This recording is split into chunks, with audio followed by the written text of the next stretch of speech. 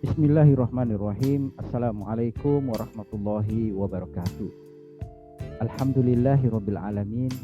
Asyhadu an la ilaha illallah wa asyhadu anna Muhammadar Rasulullah. Allahumma shalli wa sallim wa barik alaihi. Kesempatan kali ini kita akan membahas tentang desain kerangka pikir atau logical framework dalam sebuah usulan penelitian. Nah, bagian-bagian yang akan kita bahas adalah pertama mengenai kerangka pikir, kemudian teknik penyusunannya, lalu yang berikut bagaimana memvisualisasikan ke dalam mind map kita menggunakan aplikasi sederhana, lalu bagian terakhir adalah question. Jika ada pertanyaan yang mau diajukan, silakan. Nah, pada kerangka berpikir, pertama yang perlu kita siapkan adalah bahwa kerangka berpikir itu adalah sebuah konsep yang logik, yang masuk akal dan terukur oleh peneliti. Itu yang disebut dengan kerangka pikir. Jadi ketika peneliti membangun kerangka pikir, bahwa kerangka pikir itu hendaklah dia logik. Logikanya masuk dalam kerangka penelitian saudara, diterima oleh standar-standar kerangka ilmiah, dan juga terukur. Terukurnya ketika kita melakukan verifikasi lapangan, kita bisa mengukurnya dengan jelas. Logis memenuhi kriteria logi penelitian, dia utuh dan konsisten. Utuh dalam perencanaan, pelaksanaan hingga pelaporannya, dan terukur ketika Anda melakukan penelitian menggunakan instrumen, menggunakan parameter-parameter yang terukur. Nah, jadi sajikan secara logik dan yakinkan dengan fakta dan data. Itu kerangka berpikir.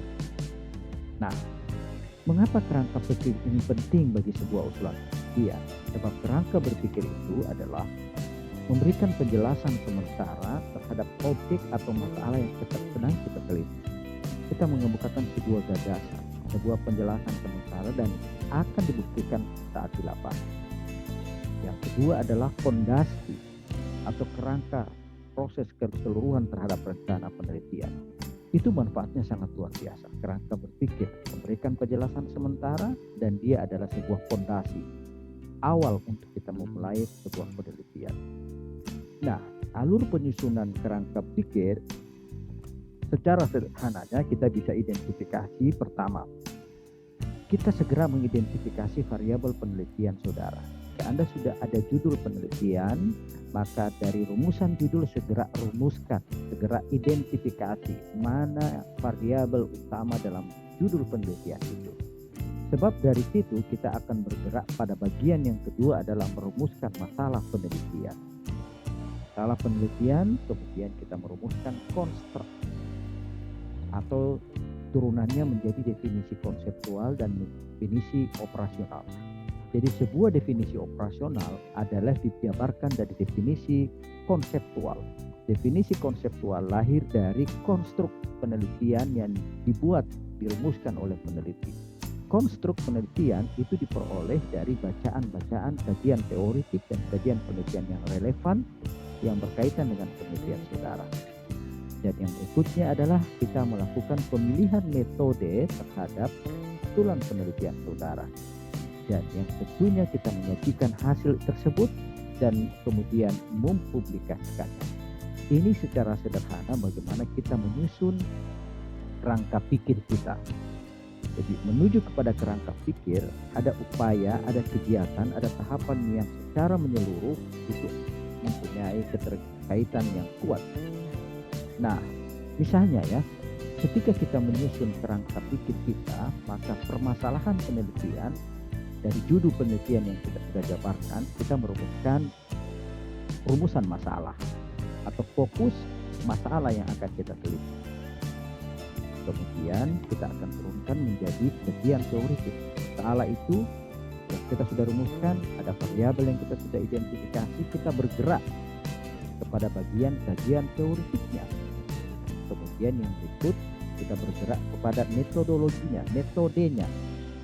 Ketika kita merumuskan masalah, kita dapat rumusan teori-teorinya dan konstruknya. Tentunya pertanyaannya bagaimana lalu kita melaksanakannya. Maka metode itu akan memandu kita Metode itu akan memberikan arahan kepada kita bagaimana pengumpulan data, analisis data, pengolahan data, dan sebagainya. Dan yang bagian terakhir adalah penyajian. Biasanya ini kerangka ini kita sajikan dalam bab 1 pendahuluan, bab 2 kajian teoretik dan hipotesis jika dia penelitian kuantitatif, kemudian bab 3 metode penelitian, dan yang bab 4 adalah hasil. Hasil terdiri dari pembahasan, temuan, dan pembahasan. Oke, berikutnya kalau kita melihat contoh yang konkret, misalnya permasalahannya misalnya tentang judul pengembangan karakter peserta didik berbasis kearifan lokal. Maka pertanyaannya bisa dirumuskan, misalnya kita dapatkan bagaimana pengembangan karakter peserta didik itu berbasis kearifan lokal. Lalu yang kedua, apa faktor pendukung dan kendala pengembangan karakter peserta didik di sekolah tertentu misalnya. Maka bab 2 kita konsentrasi pada variabel utamanya. Variabel utama dalam penelitian ini adalah 1, pendidikan karakter, yang kedua adalah nilai-nilai kearifan lokal. Adapun mata pelajaran SKI, fikih, bahasa Arab, mata pelajaran umum lainnya itu adalah sebuah identitas. Jadi variabel intinya ada pada pendidikan karakter dan nilai-nilai kearifan lokal. Kita bergerak kepada metode, kita melakukan pemilihan metode yang tepat untuk membuka Pandora persoalan yang sudah kita rumuskan di bab sebelumnya, dan tentunya dengan bantuan metodologi yang kita pilih akan menjadikan hasil yang cukup optimal. Anda bisa lihat antara rumusan masalah harus terjawab secara jelas pada bagian hasil penelitian. Itulah yang dinamakan konsistensi. Jadi konsistensi antar bab itu merupakan kunci sebuah usulan penelitian yang baik. Oke. Kerangka kerja yang jelas pula, jika kita membuat kerangka kerja yang jelas, maka sebenarnya kita akan terbantu merumuskan outline atau rencana keseluruhan dari penelitian kita. Jadi kerangka kerja yang jelas itu adalah sebagai panduan pengembangan outline penelitian secara utuh. Anda bisa menggambarkan pada bagian pertama bab 1 apa yang Anda akan tulis, bab 2 apa yang akan Anda sajikan, bab 3 apa yang Anda pilih, dan bab 4 apa yang Anda rumuskan atau Anda hasilkan, lalu bab 5 penutup dan sebagainya. Jadi kerangka pikir yang utuh sebenarnya akan memandu kita semua tentang bagaimana membuat perencanaan dan outline penulisan sebuah laporan penelitian. Nah, lalu bagaimana mengkonstruksi, membangun, merumuskan, dan merancang kerangka pikir penelitian? Nah, ingat, sebelum ke bagian ini pastikan rencana penelitian ini merupakan satu kesatuan utuh dan dia memiliki keterkaitan dan konsistensi antar bab. Jadi kita pastikan antar bab, antar bagian-bagian dalam rencana penelitian adalah satu kesatuan yang utuh dan saling menguatkan. Itu yang penting. Nah, mengkonstruksinya misalnya dari judul yang kita sudah kemukakan tadi, misalnya pengembangan karakter berbasis kearifan lokal. Langkah yang pertama kalau kita nanti menggunakan aplikasi sederhana mind map, langkah yang pertama itu adalah tetapkan variabel atau topik utama penelitian serta lihat keterkaitan antar bagian, antar variabel, antar fokus dan subfokus penelitian. Itu yang penting. Lalu langkah yang kedua adalah identifikasi subtopik. Bagian-bagian penting dari topik itu apa? Keywordnya, kata kuncinya, atau kemudian ide pokoknya apa? Dan yang terakhir adalah kita memvariasikan. Kita polakan, kita sajikan secara logis dan menarik. Nah, pola penyajiannya ini kita bisa menggunakan mind map atau aplikasi lain yang membantu kita. Contoh, dalam pengembangan karakter berbasis kearifan lokal, di sini ditulis variabel utamanya adalah nilai-nilai kearifan lokal. Nah, contoh nilai-nilai kearifan lokal di daerah Gorontalo misalnya, ada Tahudu, ada Lumadu, Tujai, Palebo. Ini subtopiknya. Lalu pembelajaran SKI itu, kalau kita melihat pembelajaran SKI itu terdiri dari bagian-bagian penting. Bagaimana perumusan tujuan pembelajaran, bagaimana pengembangan kegiatan pembelajaran, bagaimana pengembangan materi ajar, bagaimana penilaian yang bermuatan hoax, bagaimana penyusunan lembar kerja peserta didik, lalu bagaimana pengelolaan kelas, dan yang terakhir kita akan mencoba mengidentifikasi apa subtopik dari nilai-nilai pendidikan karakter, penguatan pendidikan karakter. Nah, penguatan pendidikan karakter ada 18 item. Dalam penelitian Anda silakan pilih yang sesuai dengan satuan pendidikan atau tujuan penelitian saudara. Dari bagian ini kemudian kita tinggal memainkan visualisasinya atau gaya pola penyajiannya. Nah, pola penyajiannya misalnya seperti ini. Pendidikan karakter terdiri dari aspek kejujuran, disiplin, tanggung jawab, toleransi, dan sebagainya. Itu memiliki kesamaan penguatan dengan nilai-nilai kearifan lokal pada praktek Tahudu, Lumadu, Tujai, Palebohu.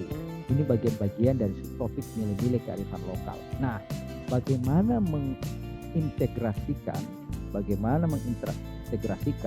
nilai-nilai kearifan lokal dalam rangka pendidikan penguatan karakter pada pembelajaran SKI, maka itu yang menjadi problem, ini yang menjadi akan jawaban yang akan dicari oleh peneliti. Nah, sekarang tinggal dipilih pola pengintegrasiannya itu apakah pada perumusan tujuan pembelajaran, pada pengembangan kegiatan pembelajaran, pada pengembangan materi ajarkah, atau pada pemilihan metode pembelajaran, pada penilaian bermuatan hoax, pada pembuatan lembar kerja peserta didik, atau pada pengelolaan kelas. Anda bisa memilih salah satunya atau mencakup semuanya. Bagaimana pada proses pembelajaran SKI misalnya atau mata pelajaran apa saja, bahwa nilai-nilai kearifan lokal ini bisa diintegrasikan pada proses keseluruhan pembelajaran itu. Ini yang penting. Nah, saya yakin banyak bagian-bagian yang belum terjelaskan pada video singkat ini. Mari ajukan pertanyaannya, kita akan berdiskusi. Karena untuk menetapkan kerangka pikir saudara-saudara sekalian, kita butuh curah gagasan dan tentunya diskusi yang lebih serius. Dan beberapa referensi yang membantu kita semua untuk menelaah lebih dalam bagaimana membangun kerangka pikir ini dan membuatnya. Anda bisa kunjungi penjelasan berikut ini pada link YouTube dan video penjelasan kami berikut ini. Nah, saya kira terima kasih. Mohon maaf atas segala kekurangan. Terima kasih atas segala perhatian. Wa ilallahi turja'ul umur. Wabillahi taufiq wal hidayah. Wassalamualaikum warahmatullahi wabarakatuh.